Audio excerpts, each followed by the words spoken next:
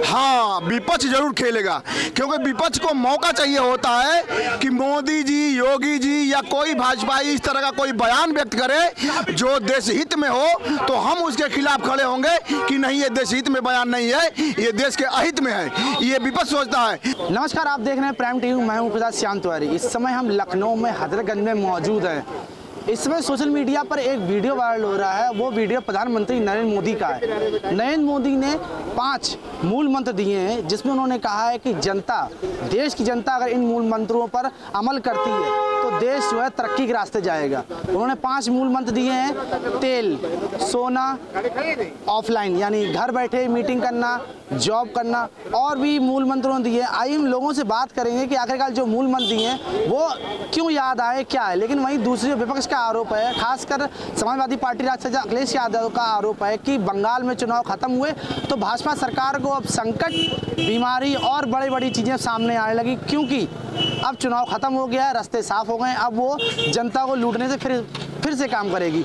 2027 में जनता को फिर बेवकूफ़ बनाने का। लोगों से हम बात करते हैं, आखिरकार जिस तरीके से जो ये 5 मूल मंत्र दिए हैं, इन मूल मंत्रों का क्या मतलब है और क्या उद्देश्य है। प्रधानमंत्री नरेंद्र मोदी ने 5 मूल मंत्र दिए हैं। सोना ना खरीदें, तेल बर्बाद ना करें, घर बैठे मीटिंग करें, मतलब वर्क फ्रॉम होम करें, पेट्रोल डीजल बर्बाद ना करें। क्या कहना है इस पर? देखिए, घर का मालिक अगर कोई सजेशन देता है तो मानना चाहिए, और नहीं मानेंगे तो खड्डे में जाओ। फिर ये हिंदुस्तान में घर के मालिक की लोग कदर नहीं करते, ये अपने घर के लोगों की कदर नहीं करते हैं, तो देश के प्रधानमंत्री कदर क्या करेंगे। नरेंद्र मोदी जी ने बहुत बढ़िया कहा है, बहुत अच्छी बात बताई है। नरेंद्र मोदी जी अपने लिए नहीं कहा है, वो हमारे लिए, आपके लिए कहा है। मैनेज करके चलेंगे तो परिवार आगे जाएगा। लेकिन जैसे ही उन्होंने ये मूल मंत्र दिए हैं, जैसा लोगों का कहना है मूल मंत्र है 5 ये उन्होंने मूल मंत्र दिए, उसके तुरंत बाद विपक्ष ने आरोप लगाया, खासकर अखिलेश यादव ने कहा है कि जैसे ही बंगाल में चुनाव खत्म हुआ उनको अब संकट भी याद आ रहा, बीमारी भी याद आ रही, जनता की समस्या भी याद आ रही, चुनाव में याद क्यों नहीं आया। देखिए, नरेंद्र मोदी जी जो भारत के प्रधानमंत्री हैं, उनकी बात और पूज्य महाराज जी की बात विपक्ष के लोगों के पल्ले नहीं पड़ती। न विपक्ष ने कभी भाजपा को वोट दिया है और न विपक्ष उनकी बात को मानता है।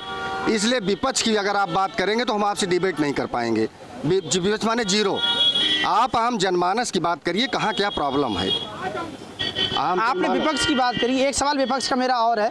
कांग्रेस में अजय राय प्रदेश अध्यक्ष हैं, उन्होंने अभी कुछ देर पहले प्रेस कॉन्फ्रेंस करी, उसमें उन्होंने कल जो मूल मंत्र दिए हैं, मोदी जी ने मूल मंत्र दिए हैं, कहा पेट्रोल बर्बाद ना करो। उन्होंने कहा कि कल जो मंत्रियों को शपथ दिलाएगी उनको 3-3 4-4 गाड़ियाँ दी गई हैं, उसमें पेट्रोल बर्बाद नहीं हो रहा है।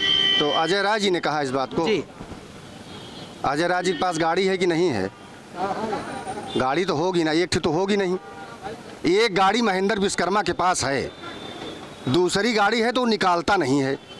लेकिन उनके पास निकलेंगे तो 72 गाड़ी चलती काफिले में। देखेंगे अजय राय जी निकलेंगे तो रुकवा देंगे अपना काफिला, कह देंगे कि नहीं मैं अकेली गाड़ी जाऊंगा।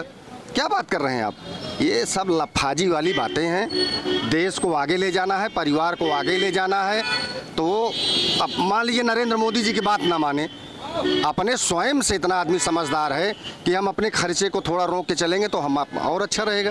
ये तो बहुत सिंपल सी बात है, इतना सबको समझ लेना चाहिए। उसमें नरेंद्र मोदी जी कहाँ बात आ गई। खर्चे रोक लेने चाहिए, अपने ऊपर है, मतलब अपनी जेब को कंट्रोल रखेंगे तो कोई समस्या नहीं आएगी। जो मूल मंत्र दिए हैं वो बिल्कुल सही दिए हैं। बिल्कुल, जो मूल मंत्र में आप मूल मंत्र का सपोर्ट कर रहे हैं? बिल्कुल, उनका भाई देश का प्रधानमंत्री है, उनका तो उनका तो सम्मान करना ही पड़ेगा। लेकिन प्रधानमंत्री जी से मैं विनम्र निवेदन करता हूँ, 2 सवाल पर इन्होंने अपनी प्रेस नोट जारी किया है, तमाम क्लिपें उसकी चल रही है कि पहला, आप लोग सोना न खरीदें। क्यों सोना न खरीदें?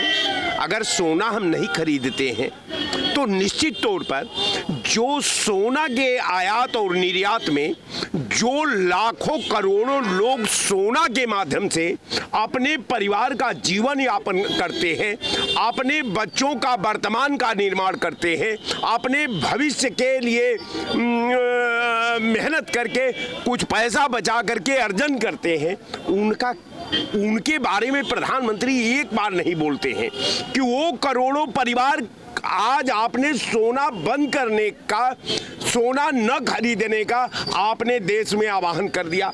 आप इसका तो विकल्प बता दीजिए कि जो सोना का व्यापार करता है, जो सोना का आयात निर्यात के माध्यम से जो हिंदुस्तान के करोड़ों लोग अपना परिवार का जीवन यापन करते हैं, वो धंधा बंद कराने के पीछे आदरणीय प्रधानमंत्री जी की क्या सोच है, वो क्या सोचते हैं। इन्होंने आनंद फानन में आया और आदेश जारी कर दिया। इन्होंने जरा इनको बताना चाहिए कि जो करोड़ों लोग बेरोजगार हो जाएंगे, जो करोड़ों परिवार सड़क पर आ जाएंगे, जो करोड़ों परिवार भूखमरी के शिकार हो जाएंगे, उनके लिए तो प्रधानमंत्री एक बार नहीं बोलते हैं कि भाई उनका क्या होगा। पहले उनके लिए जीने का एक सरकार को व्यवस्था करके तब प्रधानमंत्री जी को प्रेस के सामने आना चाहिए और अपना आदेश को सुनाना चाहिए। लेकिन प्रधानमंत्री हर चीज में केवल राजनीति उनको करने का आदत पड़ चुकी है। कारण ये है कि कहते हैं कि पेट्रोल और डीजल कम यूज करो। प्रधानमंत्री अपने सुरक्षा में, मुख्यमंत्री अपने सुरक्षा में क्या गाड़ियों का काफिला में कमी करेंगे? क्या इनके सारे मंत्री अपनी गाड़ी से चलेंगे? क्या इनके सारा अधिकारी गाड़ी छोड़ करके रिक्शा से ऑफिस आएंगे? लेकिन एक सवाल और भी है कि अगर जैसे सोना है, सोना अगर निर्यात नहीं होगा, जेवर नहीं बनेंगे, तो जो कारीगर है उनको कमाएंगे खाएंगे क्या? पेट्रोल डीजल बंद हो जाएगा तो जो कंप के काम कर रहे हैं वो लोग क्या करेंगे? डिजिटलाइजेशन जो कह रहे हैं कि घर बैठे काम करो, तो जो वर्किंग है ऑफिस में, जो मेंटेनेंस है, कंपनियां बनती, मजदूरों को काम मिलता है, ये सब फिर आखिर क्या करेंगे? बिल्कुल, आपने बहुत अच्छा तर्क दिया। ये बतावें प्रधानमंत्री जी कि अगर सोना का आयात निर्यात नहीं होगा, क्रय विक्रय नहीं होगा, तो हमारी जो बेटियों का, जो हमारी बहनों का करोड़ों करोड़ में मंगलसूत्र कहां से आएगा? वो कौन देगा मंगलसूत्र? ये प्रधानमंत्री पहले अपनी मन स्थिति को ठीक करें। जितनी अपनी विफलता है इनके पॉलिसी का, सब देश के सर पर थोप करके अपने साबसी का पीठ थपथपाते रहते हैं। यही प्रधानमंत्री का काम है। आपको इजराइल जाने के लिए किसने परमिशन किया था? आप इजराइल चले गए, इजराइल में जाकर के ट्रम्प से बाहमिलौल कर लिए। ईरान पर आपने सारी पॉलिसी का पाप में ईरान पर अमेरिका ने हमला कर दिया, तो खामियाजा तो देश को भुगतना है ना, एक बार नहीं। जब जब भाजपा की सरकार आती है, तब तब भारतीय जनता पार्टी का जब जब देश में सरकार रहती है, तो अमेरिका तेल का जो समान जो कुआं है, जो जगह है, तमाम इनके कार्यकाल में, चाहे इराक पर बमबाट हुआ हो, उसको मिटाया अमेरिका ने। तो तमाम अरब कंट्री का जहां इसके पास अब केवल तेले कब्जा करने के लिए रह गया है। और निश्चित तौर पर जो प्रधानमंत्री अमेरिका के दबाव में रसा को त्याग सकता है, उसके लिए हर काम छोटा है। कारण ये है कि रस्सा हमारा संकट का मित्र है। रस्सा हमारे हर जंग में हमारे साथ, भारत के साथ चट्टान की तरह खड़ा रहा है। अमेरिका हमेशा भारत के खिलाफ रहा है। अमेरिका हमेशा भारत के खिलाफ हथियार बांटता रहा है। अमेरिका हमेशा भारत को तोड़ने का प्रयास करता रहा है। अमेरिका हमेशा भारत के साथ भेदभाव करता आ रहा है। लेकिन भारतीय जनता पार्टी को ट्रंप का दोस्ती बहुत अच्छी लगती। कारण अब हमको एक बात समझ में नहीं आती कि प्रधानमंत्री अडानी जी को ठेका दिलवाने अमेरिका चले जाते हैं, श्रीलंका ले जा करके उनको बिजली का ठेका दिलवा देते हैं। तो ये प्रधानमंत्री हैं कि हमको नहीं लगता कि ये प्रधानमंत्री के कैडर का जो गरिमा है, निश्चित उसके साथ प्रधानमंत्री जी खेल रहे हैं। मैं आपके चैनल पर जरूर आपसे जाने से पहले कह रहा हूं कि पहले उन लोगों की बात करें जो सोना क्रय विक्रय के माध्यम से जो करोड़ों लोग अपना जीवन यापन करते हैं। आप उनके बारे में पॉलिसी बतावें, इसके बाद सोना पर प्रतिबंध लगावें। मैं आपके चैनल पर इतना ही कह सकता हूं। सोना पर प्रतिबंध लगाने से पहले जो काम करने वाले लोग हैं, जो कारीगर हैं, जो जिससे उनका रोजगार चलता है, घर परिवार चलता है, उसके बारे में सोचे तब रोक लगाएं। देखिए, हमारे देश के यशस्वी प्रधानमंत्री जी अगर ऐसा आह्वान किए हैं देशवासियों से, तो निश्चित रूप से पूरे विश्व की उनके मन में एक परिकल्पना आई होगी, भविष्य की परिकल्पना, कि विश्व में क्या स्थिति चल रहा है और हमारे देश आगे आने वाले भविष्य में किन किन बातों पे संघर्ष कर सकता है। तो निश्चित रूप से प्रधानमंत्री जी इस देश को अपना एक परिवार समझते हैं और उस परिवार को सुसज्जित करने के लिए, मजबूत करने के लिए और आपदाओं से, संघर्षों से लड़ने के लिए वो मनोबल हाई कर रहे हैं, मजबूत कर रहे हैं, ताकि हमारा देश मजबूत होगा। तो निश्चित रूप से उनका 5 मूल मंत्र नहीं, उसमें कुछ और भी हैं जो कि उसको भी आम लोगों को फॉलो करना चाहिए, देशवासियों को। अगर देश हित, आप अपना देश समझते हैं तो, अपना परिवार समझते हैं तो फॉलो करना चाहिए। निश्चित रूप से उनका अच्छा संदेश है, इसको राजनीतिक रूप से इस विचार को नहीं देखना चाहिए, इसको अपने देश और परिवार से जोड़कर देखना चाहिए। 1965 की लड़ाई में लाल बहादुर शास्त्री जी एक बार सप्ताह में एक बार अन्न त्यागने के लिए पूरे देश से आह्वान किए थे, इसलिए कि अमेरिका जो खाद्यान्न आपूर्ति करता था उसमें कटौती कर दिया था। तो हमारे देश के प्रधानमंत्री कहे कि हमारे देश के लोग इतने दृढ़ संकल्पित हैं कि तुम अगर खाद्यान्न आपूर्ति में कमी करोगे तो हमारा देश सनातन का है, संस्कृतियों का है, हम ऐसे भी व्रत मनाते हैं और राष्ट्र हित में हम सप्ताह में एक दिन व्रत का पालन कर लेंगे। उस खाद्यान्न आपूर्ति का, जिस तरीके से, एक सेकंड मेरी बात, उस खाद्यान्न आपूर्ति का हम भरपाई कर लेंगे। तो निश्चित रूप से प्रधानमंत्री जी का यह आह्वान बहुत ही अच्छा है। इसमें हर देशवासी को और भी 1-2 कड़ी जोड़ना चाहिए, जिससे हमारे देश और राष्ट्र को मजबूत किया जा सके। आने वाले संघर्षों में लड़ना चाहिए, इसको राजनीतिक रूप से नहीं देखना चाहिए, किसी दल और पार्टी से नहीं देखना चाहिए। जब विश्व में अशांति चल रही है, विश्व में उठापटक चल रहा है, तो निश्चित रूप से पहले से हमको अपने देश को मजबूत करना होगा, अपने देशवासियों को मजबूत करना होगा, उनका मनोबल हाई करना होगा, तब जाके हमारा देश मजबूती से विश्व पटल पे खड़ा होगा। आपने मजबूती की बात करी, देश मजबूत होगा। सोना जो कह रहे हैं साल भर सोना खरीदना बंद कर दो, साल भर अगर सोना नहीं खरीदेंगे, कारीगर जो ज्वेलरी बनाते हैं क्या करेंगे, पहला सवाल। दूसरा, पेट्रोल डीजल का प्रयोग मत करो। अगर डीजल प्रयोग नहीं होगा, जो पेट्रोल पर कर्मचारी काम कर रहे हैं, जिनका घर चल रहा है, वो क्या करेंगे? इसको क्या कहेंगे आप? मेरा 2 सवाल है, या तो आप विपक्ष के प्रवक्ता हैं, या तो आपको, ये मेरा सवाल है, सुनिए, ये मेरा सवाल है, किसी पार्टी के लिए नहीं कर रहे हैं। बात सुन लीजिए, आपके सवालों को मैं जवाब दे रहा हूं। आप या तो विपक्ष के प्रवक्ता हैं, या तो आपने प्रधानमंत्री जी का भाषण, संदेश सुना नहीं है। प्रधानमंत्री जी ये नहीं कहा है कि आप 1 साल तक मत खरीदिए, आप डीजल पेट्रोल का प्रयोग मत करिए।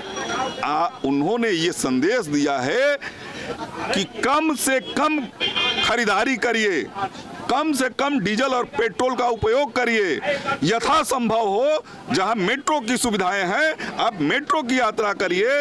अगर आप लखनऊ से दिल्ली की यात्रा कर रहे हैं और निजी वाहन से यात्रा कर रहे हैं, तो प्रयास ये करिए कि अगर हमारे गाड़ी में 5 सीट है तो हमारे 5 सीट कवर हो जाए और 5 यात्री हमारे साथ दिल्ली जाए, ताकि 5 गाड़ियां न जानी पड़े, एक गाड़ी में यात्रा पूरा हो जाए 5 लोगों का। तो उसमें क्या होगा, जो 4 गाड़ियों का पेट्रोल बचेगा, डीजल बचेगा, वो देश हित में होगा।